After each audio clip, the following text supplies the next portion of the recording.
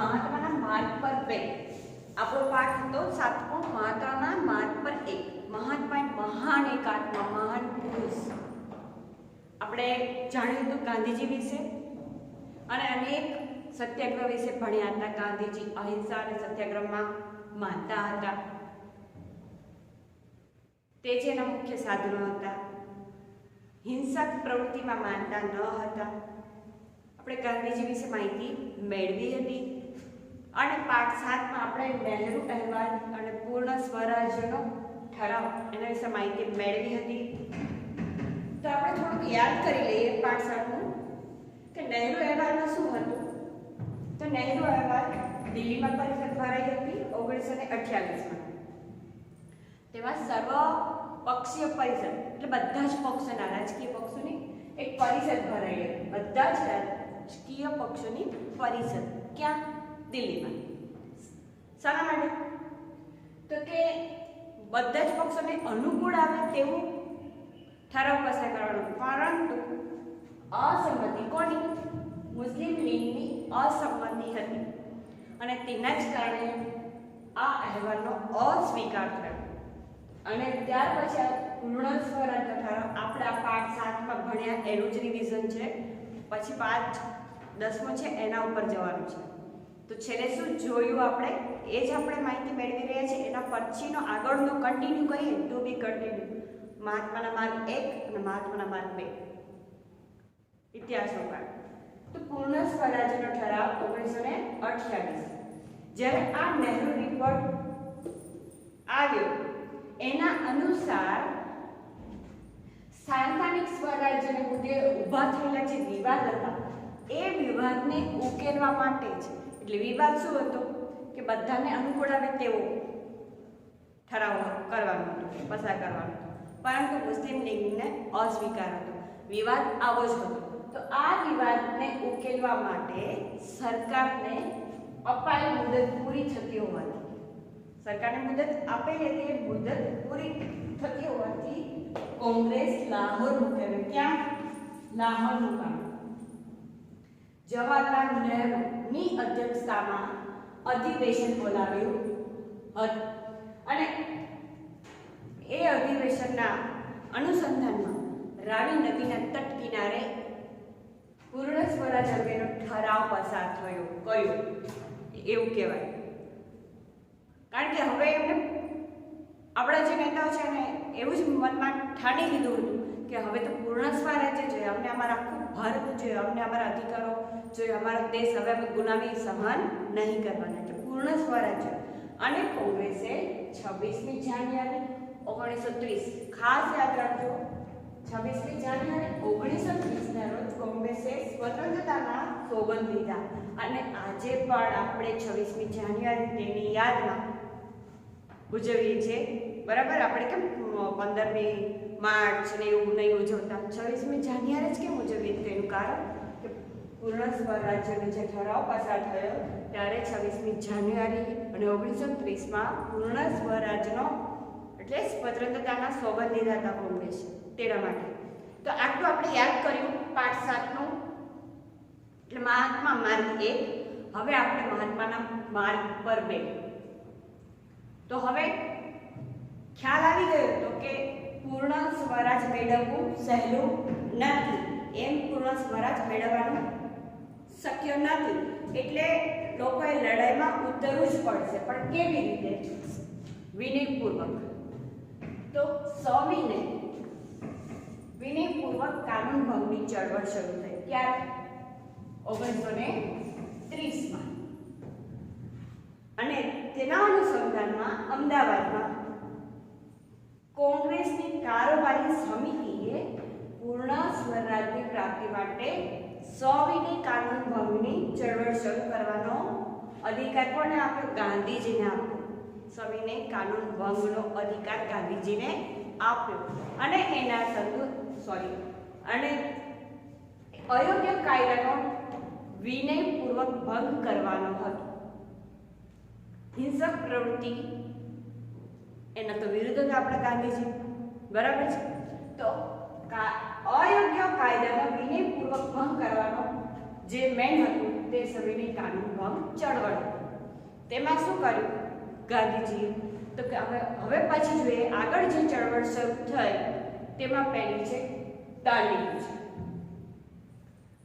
1930 દાંડી કૂચ 1930 ઈસવીસન 1930 માં ગાંધીજીએ જાહેર કર્યું કે મીઠાનો જે કાયદો છે એ કાયદો તોડવા માટે એક યાત્રા કાઢશે. મીઠું શું છે? આપણા ભોજનનું મુખ્ય રૂપ છે, જેનો કર લેવો એક પાપ છે અને તેનો વેચાણ અને ઉત્પાદન કરવાનું ફક્ત સરકારના હાથમાં જ હતું. એ અયોગ્ય છે અને ભોજનનું મુખ્ય કહેવાય. મીઠા વગરની રસોઈ શક્ય છે?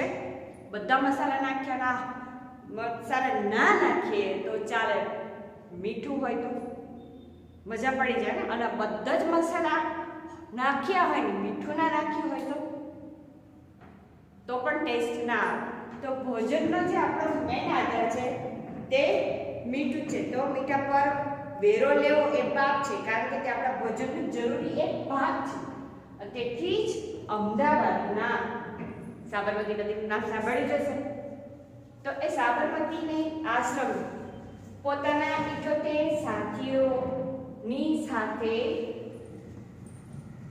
12મી માર્ચ અને 1930 ઈસવીસન 1930 અને ત્યાર કઈ તારીખ હતી? 12મી માર્ચ. તે દિવસે દાંડી કૂચ કરવાની શરૂઆત કરી. વિદ્યાર્થી મિત્રો, આપણા પાઠ્યપુસ્તકમાં દાંડી કૂચ ક્યાંથી શરૂ કરી અને ક્યાં સુધી પહોંચ્યા તેનો નકશો આપણા પાઠ્યપુસ્તકમાં આપેલો છે, જે આપણા ગુજરાતમાં જ આવેલું છે. અને 5 એપ્રિલ 1930 ના દિવસે દાંડી પહોંચ્યા. ક્યારે દાંડી પહોંચ્યા? 5મી એપ્રિલ 1930 ના દિવસે દાંડી પહોંચ્યા અને બીજે દિવસે એટલે કે 6 એપ્રિલના રોજ દરિયા કિનારે મીઠું એકઠું કર્યું અને ઉપાડ્યું અને એવું બોલ્યા કે આપણે મીઠાનો કાયદાનો ભંગ કર્યો. અને આ જે સાબરમતી આશ્રમથી દાંડી સુધીની વચ્ચે જે રસ્તા માર્ગ આવતા ત્યાં સભાઓ ભરાતી, સવિનય કાનૂન ચળવળનું મહત્વ સમજાવતા અને સત્યાગ્રહનું મહત્વ સમજાવતા અને સ્વરાજ્યનું મહત્વ સમજાવતા ગાંધીજીએ આ રીતે સભાઓ ભરતા હતા. આ સભામાં કોને ભાગ લીધો હતો? તો કે સ્ત્રીઓએ પણ ભાગ લીધો હતો દાંડી કૂચમાં, આદિવાસીઓ પણ ભાગ લીધો હતો અને ખેડૂતોએ પણ ભાગ લીધો હતો. અને તેના પરિણામે શું આવ્યું? તો કે જે લોકોએ ભાગ લીધો હતો તેની ધરપકડ પણ કરવામાં આવી હતી અને કરડો પણ વીંઝવામાં આવ્યા હતા. હવે આગળનો આપણો ટોપિક છે ગોળ મેજી પરિષદ. તો એના વિશે જોઈશું.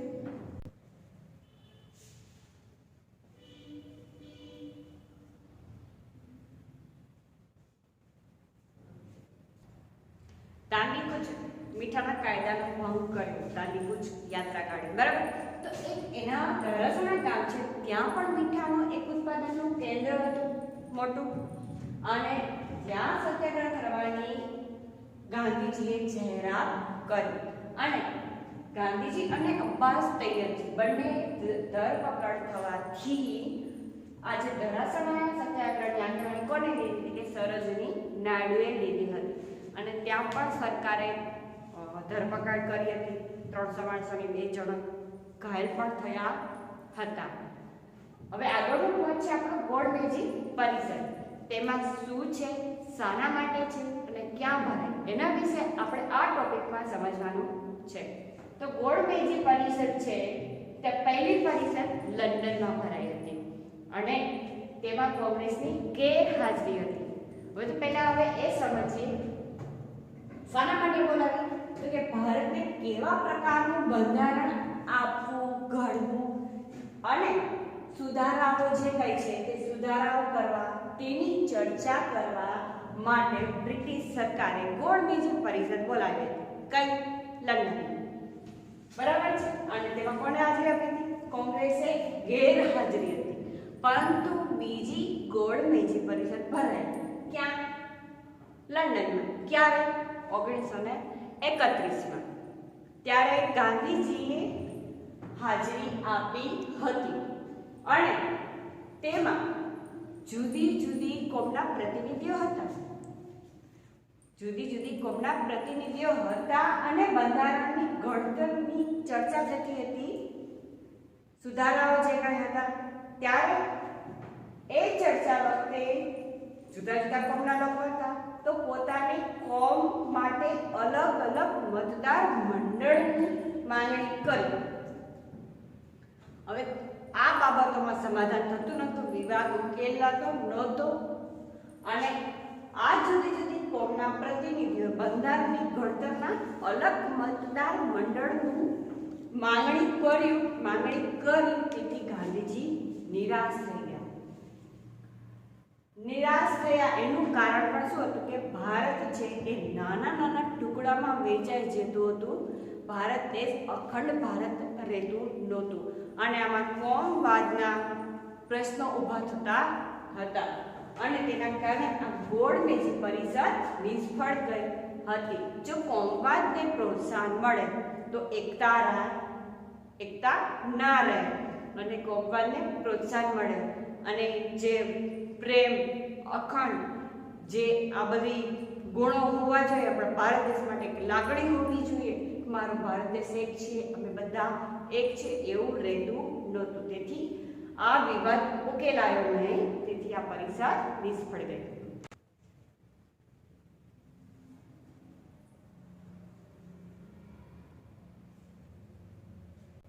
આપણો આગળ ટક છે 1935 નો હિન્દ સરકારનો કાયદો. 1935 તો આ કાયદામાં શું હતું? તો આ કાયદામાં હિન્દ સરકારના કાયદા દ્વારા પણ કોના? હિન્દ સરકારના કાયદા દ્વારા હિન્દમાં જ બંધારણીય સુધારાનો બીજો તબક્કો શરૂ થયો. જે કાયદા હતા જે બનાવવાના, ઘડતર કરવાનો, બંધારણીય સુધારાનો એનો બીજો તબક્કો શરૂ થયો અને હિન્દની જે રાષ્ટ્રીય અપેક્ષાઓ હતી, જે આશાઓ હતી તે કરતાં તે ઘણો જ ઓછો હતો. અને આપણા ડોક્ટર રાજેન્દ્ર પ્રસાદના મતે શું હતું? તો કે 1935ના કહેવાતા આજે સમવાય તંત્રની જે ઘડતરની વાત થાય છે, સમવાય તંત્ર, તો એ ધારામાં શું છે? સાચું પ્રાંતિક સ્વરાજ્ય પ્રજાને કે પ્રધાનને નથી પરંતુ ગવર્નરને આપ્યું હતું. કોના મતે? રાજેન્દ્ર પ્રસાદના મતે. તો આના કાયદાના અનુસંધાનમાં ચૂંટણીઓ થઈ અને ગાંધીજીએ સૂચવ્યું કે 1935ના બંધારણ પ્રમાણે જે બંધારણમાં વાતચીત થઈ હોય, જે સભા ભરાઈ હોય, એની આપણે એ સંદર્ભની જ વાત કરી રહ્યા છીએ. તો જે ગાંધીજીએ એવું કહે છે, એવું સૂચવ્યું એમના મતે કે 1935ના બંધારણ પ્રમાણે આપેલી જે ખાસ સત્તાઓ છે, જે આપેલી છે તે ગવર્નર વાપરે નહીં, જે ગવર્નર છે તે વાપરે નહીં અને પ્રધાનમંત્રીની સલાહ મુજબ વર્તવાની તેઓ બાંહેધરી આપે તો કોંગ્રેસ પ્રધાનમંત્રીની રચના કરશે. આવું ગાંધીજીએ સૂચવ્યું. જે સત્તાઓ છે, જે હકો જે છે તે ગવર્નરોને વાપરવાના નહીં, આવું સૂચવ્યું ગાંધીજીએ. અને કોંગ્રેસ પ્રધાનમંડળ તો જ રચના કરશે, આવું સૂચવ્યું ગાંધીજીએ. અને આ જ અંગે વાઇસરોય અને હિન્દી વજીર હતા, એ હિન્દી વજીરે સ્પષ્ટતા કરી. તેથી જ કોંગ્રેસ અને મુસ્લિમ લીગે પ્રધાનમંડળની રચના કરી અને આ પ્રાંતિક સ્વરાજ્યનો જે પ્રયોગ થયો તો કેટલા ટાઈમ ચાલ્યો? કે 2.5 વર્ષ સુધી ચાલ્યો. અને ત્યારબાદ 1939માં બીજું વિશ્વયુદ્ધ થયું અને ત્યાર પછી પ્રધાનમંડળે રાજીનામા આપ્યા. કેમ રાજીનામા આપ્યા? તો કે 1939માં યુદ્ધ થયું, તેમાં બ્રિટિશોએ શું કર્યું? હિન્દને પૂછ્યા વગર યુદ્ધમાં જોડી દીધું.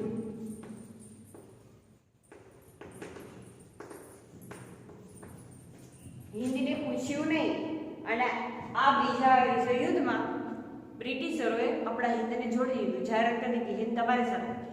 તેના વિરોધમાં પ્રધાનમંડળે રાજીનામા આપ્યા. ઓકે વિદ્યાર્થી મિત્રો, ફરી મળીશું. Thank you.